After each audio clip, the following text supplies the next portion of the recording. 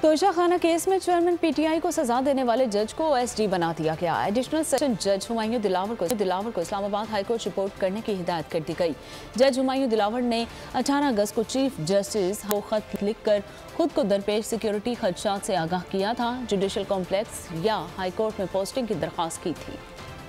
توشہ خانہ کیس کے فیصلے کے بعد سیکیورٹی خدشات، ایڈیشنل جج ہمایوں دلاور کا اسلام آباد ہائی کورٹ تبادلہ۔ چیف جسٹس اسلام آباد ہائی کورٹ کی ہدایت پر ایڈیشنل رجسٹرار نے نوٹیفیکیشن جاری کر دیا۔ ایڈیشنل سیشن جج ہمایوں دلاور کا تبادلہ ان کی درخواست پر کیا گیا۔ معزز جج نے اسلام آباد ہائی کورٹ کے چیف جسٹس عامر فاروق کو خط لکھ کر سیکیورٹی خدشات سے آگاہ کیا۔ خط میں چیئرمین پی ٹی آئی کے فیصلے کا حوالہ دیا۔ لکھا، توشہ خانہ فیصلے کے بعد میرے خلاف سوشل میڈیا پر منظم مہم چلائی گئی۔ آبائی شہر میں میری فیملی کو بیرون ملک سے دھمکیاں مل رہی ہیں۔ بچوں کو اسکول جانے میں مشکلات کا سامنا ہے۔ حالیہ دورہ برطانیہ کے دوران ناخوشگوار صورتحال کا سامنا کرنا پڑا۔ ان حالات کے پیش نظر G11 کے جوڈیشل کمپلیکس یا اسلام آباد ہائی کورٹ میں تعینات کیا جائے۔ عدالت نے جوڈیشل افسر کی زندگی کو درپیش خطرات کے باعث ان کی سیکیورٹی یقینی بنانے کے لیے اقدام اٹھایا۔ جج ہمایوں دلاور کو OSD بنا کر اسلام آباد ہائی کورٹ بھیج دیا، جہاں ان کے لیے نئی اسامی تخلیق کی گئی ہے۔ ایڈیشنل ڈسٹرکٹ اینڈ سیشن جج ہمایوں دلاور نے 5 اگست کو توشہ خانہ کیس میں سربراہ تحریک انصاف کو 3 سال قید کی سزا سنائی تھی۔